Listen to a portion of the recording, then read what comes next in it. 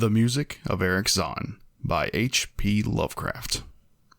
I have examined maps of the city with the greatest care, yet have never again found the Rue de Say. These maps have not been modern maps alone, for I know that names change.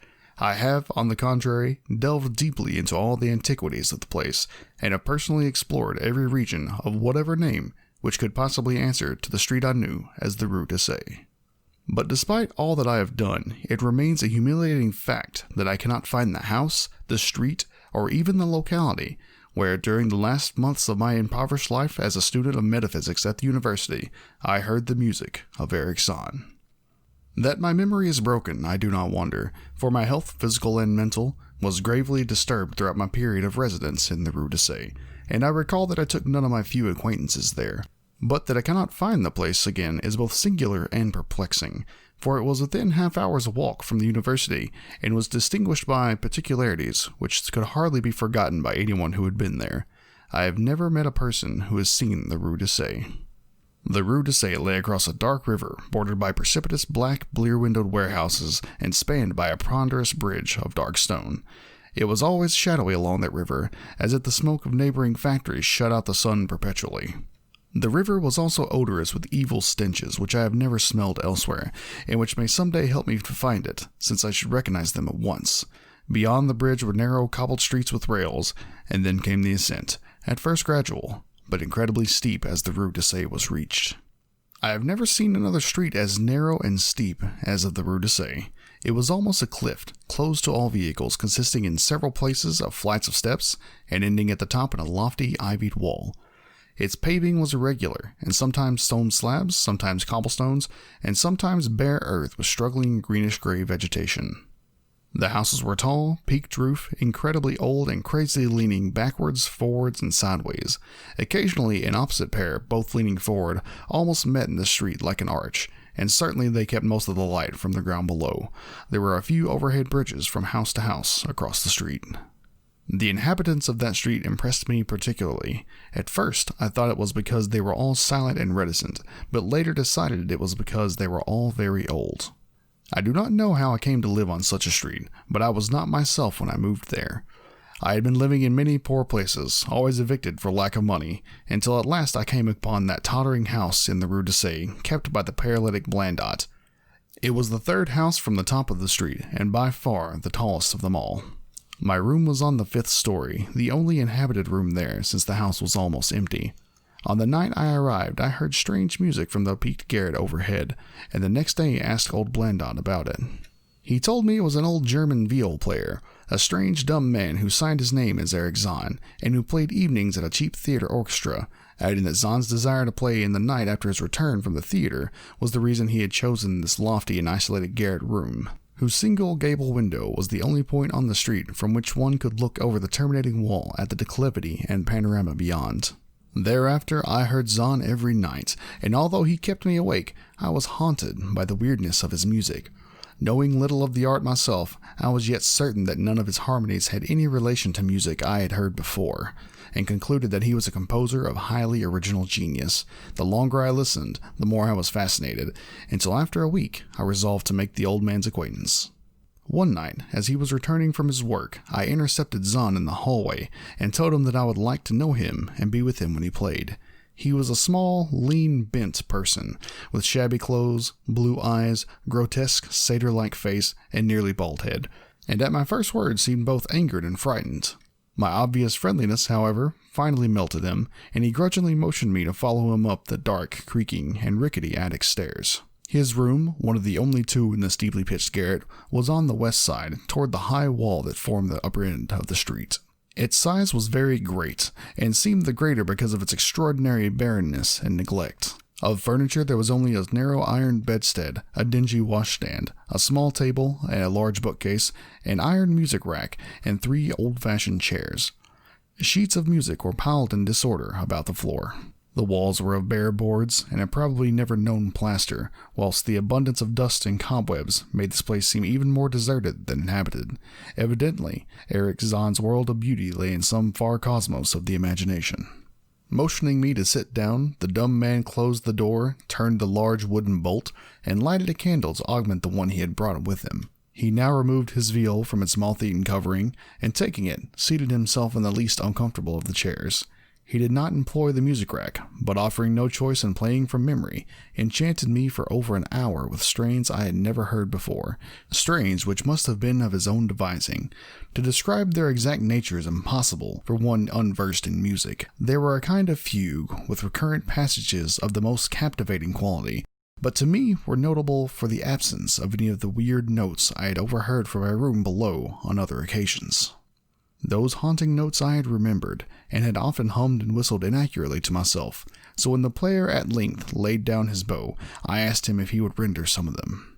As I began my requests, the wrinkled satyr-like face lost the bored placidity it had possessed during the playing, and seemed to show the same curious mixture of anger and fright which I had noticed when I first accosted the old man. For a moment I was inclined to use persuasion, regarding rather lightly the whims of senility, and even tried to awaken my host's weirder mood by whistling a few of the strains to which I had listened the night before. But I did not pursue this course for more than a moment, for when the dumb musician recognized the whistled air, his face grew suddenly distorted with an expression wholly beyond analysis, and his long, cold, bony right hand reached out to stop my mouth and silence the crude imitation. As he did this, he further demonstrated his eccentricity by casting a startled glance toward the lone curtain window, as if fearful of some intruder, a glance doubly absurd since the garret stood high and inaccessible above all the adjacent roofs, this window being the only point on the steep street, as the concierge had told me, from which one could see over the wall at the summit. The old man's glance brought Blandot's remark into my mind, and with a certain capriciousness, I felt a wish to look out over the wide and dizzying panorama of moonlit roofs and city lights beyond the hilltop, which of all the dwellers in the Rue de Say, only this crabbed musician could see. I moved toward the window, and would have drawn aside the nondescript curtains, when with a frightened rage even greater than before, the dumb lodger was upon me again. This time motioning with his head towards the door as he nervously strove to drag me thither with both hands. Now, thoroughly disgusted with my host, I ordered him to release me, and told him I would go at once. His clutch relaxed, and as he saw my disgust and offense, his own anger seemed to subside. He tightened his relaxing grip, but this time in a friendly manner, forcing me into a chair, then with an appearance of wistfulness crossing the littered table, he wrote many a word in a pencil in the labored French of a foreigner. The note which he finally handed me was an appeal for tolerance and forgiveness. Zann said that he was old, lonely, and afflicted with strange fears and nervous disorders connected with the music and with other things. He had enjoyed my listening to his music, and wished I would come again and not mind his eccentricities. But he could not play to another his weird harmonies, and he could not bear hearing them from another, nor could he bear having anything in his room touched by another. He had not known until our hallway conversation that I could overhear his playing in my room, and now asked me if I would arrange with Blandot to take a lower room where I could not hear him in the night. He would, he wrote, defray the difference in rent. As I sat deciphering the execrable French, I felt more lenient toward the old man. He was a victim of physical and nervous suffering, as was I, and my metaphysical studies had taught me kindness. In the silence there came a slight sound from the window. The shutter must have rattled during the night wind, and for some reason I started almost as violently as did Erich Zann. So when I had finished reading, I shook my host by the hand and departed as a friend. The next day, Blandot gave me a more expensive room on the 3rd floor, between the apartments of an aged moneylender and the room of a respectable upholsterer. There was no one on this 4th floor. It was not long before I found that Zann's eagerness for my company was not as great as it had seemed while he was persuading me to move down from the 5th story. He did not ask me to call on him, and when I did call, he appeared uneasy and played listlessly. This was always at night. In the day he slept and would admit no one. My liking for him did not grow, though the attic room and the weird music seemed to hold an odd fascination for me. I had a curious desire to look out of that window, over the wall and down the unseen slope, at the glittering roofs and spires which must lie outspread there. I once went up to the garret during theater hours when Zann was away, but the door was locked. What I did succeed in doing was to overhear the nocturnal playing of the dumb old man. At first, I would tiptoe up to my old 5th floor, then I grew bold enough to climb the last creaking staircase to the peaked garret. There, in the narrow hall, outside the bolted door with a covered keyhole, I often heard sounds which filled me with an indefinable dread, the dread of vague wonder and brooding mystery. It was not that the sounds were hideous, for they were not, but that they held vibrations suggesting nothing on this globe of Earth, and that at certain intervals they assumed a symphonic quality which I could hardly conceive as produced by one player. Certainly, Erich Zann was a genius of wild power. As the weeks passed, the playing grew wilder, whilst the old musician acquired an increasing haggardness and furtiveness, pitiful to behold. He now refused to admit me at any time, and shunned me whenever we met on the stairs. Then, one night as I listened at the door, I heard the shrieking Viol swell into a chaotic babble of sound, a pandemonium which would have lent me to doubt my own shaking sanity had there not come from behind that barred portal a pious proof that the horror was real. The awful, inarticulate cry which only a mute can mutter, and which only rises in moments of the most terrible fear or anguish. I knocked repeatedly at the door, but received no response. Afterward, I waited in the black hallway, shivering with cold and fear, till I heard the poor musician's feeble effort to rise from the floor by aid of a chair.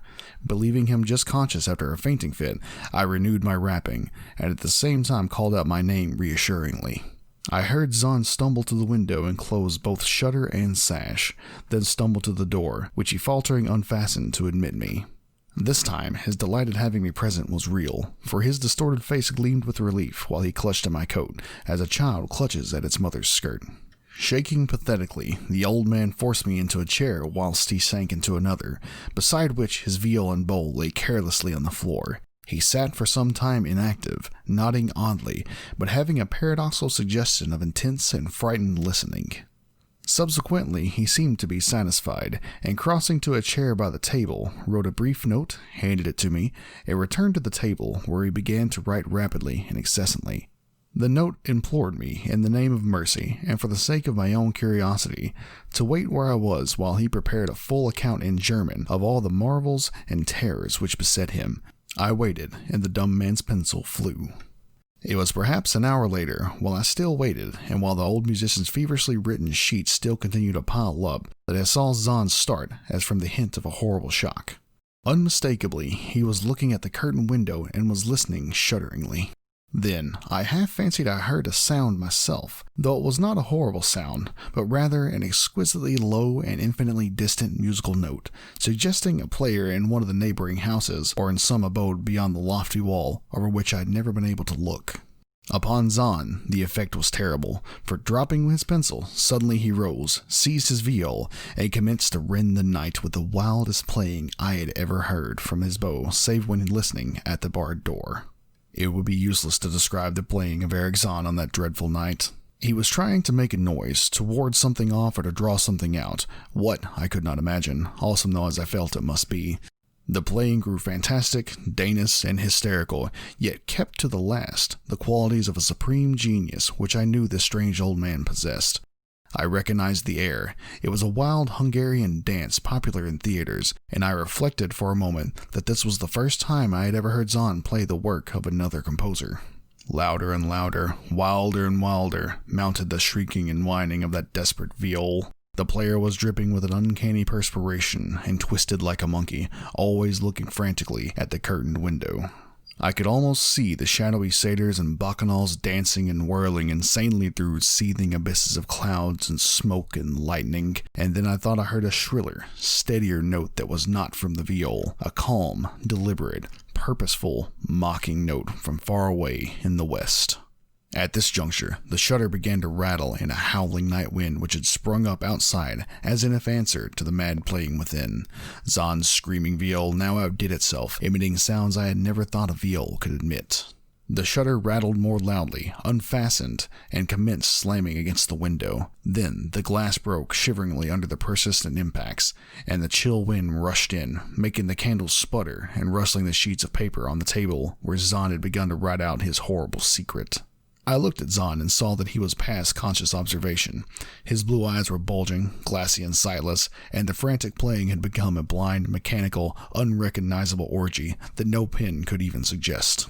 A sudden gust, stronger than the others, caught up the manuscript and bore it towards the window. I followed the flying sheets in desperation, but they were gone before I reached the demolished panes. Then I remembered my old wish to gaze from this window, the only window in the Rue d'Essai from which one might see the slope beyond the wall and the city outspread beneath. It was very dark, but the city's lights always burned, and I expected to see them there amidst the rain and the wind. Yet when I looked from the highest of all gable windows, looked while the candles sputtered and the insane Viol howled in the night wind, I saw no city spread below, and no friendly lights gleamed from remembered streets, but only the blackness of space illimitable. Unimagined space, alive with motion and music, and having no semblance of anything on earth.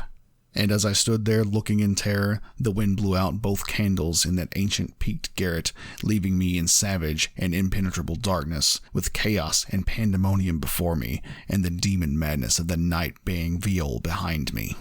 I staggered back in the dark, without means of striking a light, crashing against the table, overturning a chair, and finally groping my way back to the place where the blackness screamed with shocking music. To save myself and Erich Zann, I could at least try, whatever power is opposed to me. Once I thought some chill thing brushed me, and I screamed, but my scream could not be heard over that hideous Viol. Suddenly, out of the blackness, the madly sawing bow struck me, and I knew I was close to the player. I felt ahead, touched the back of Zann's chair, and then found and shook his shoulders in an effort to bring him to his senses.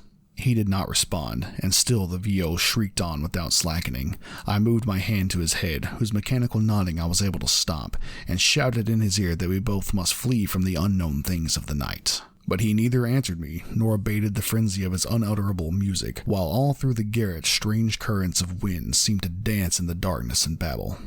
When my hand touched his ear, I shuddered, though I know not why. I know not why till I felt this still face. The ice-cold, stiffened, unbreathing face whose glassy eyes bulged uselessly in the void.